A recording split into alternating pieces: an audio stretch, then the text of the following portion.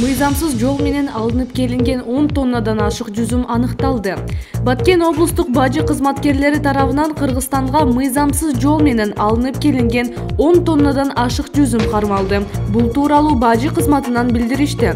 Маалыматка караганда Лейлек Баткен унаа жолунда DAF үлгүсүндөгү жүк ташуучу унаа токтотулган. Аны текшерүүдө желим кутуларга салынган 10 тонна 132 килограмм жүзүм табылды. Ал товардын тийиштүү кагаздары болгон эмес. Аталган факт каттоого алынып, материалдар Баткен облустук прокуратурасына өткөрүлүп берилди.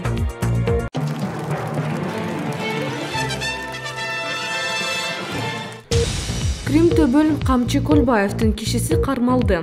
Ысык Көл облусуна караштуу Бостере айылында Камчы Көлбаевдин уюшкан кылмыштуу тобунун мүчөсү кармашты. 28 февралда милицияга жергиликтүү 1983 жылы туулган Жаран арыз менен кайрылган.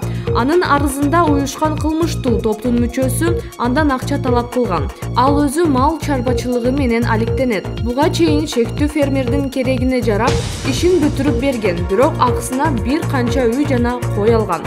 Арыздын негизинде иликтөө иштери жүрүп, уюшкан кылмыштуу топтун мүчөсү деп шектелген адам кармалып, убактылуу камоочу жайга киргизилген.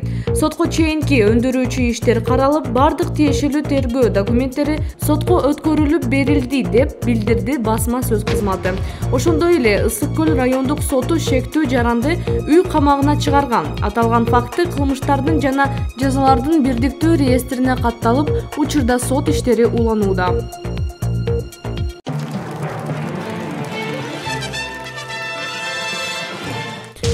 Шавкат Мирзиёев милиция менен аскерлерге арыктоо 6 ай убакыт берди. Өзбекстандын президенти Шавкат Мирзиёев Наманган облусунун активисттери менен жолуккан маалда өлкөнүн ички иштер жана коргоо министрлигин ашыкча салмактагы кызматкерлерин сынга алып, аларга арыктоо 6 ай убакыт берди. Мирзиёевдин бул билдирүүсүнөн кийин өлкөдөгү айрым мамлекеттик мекемелер кызматкерлеринен тез арада арыктоону талап кыла баштаганын кабарлады.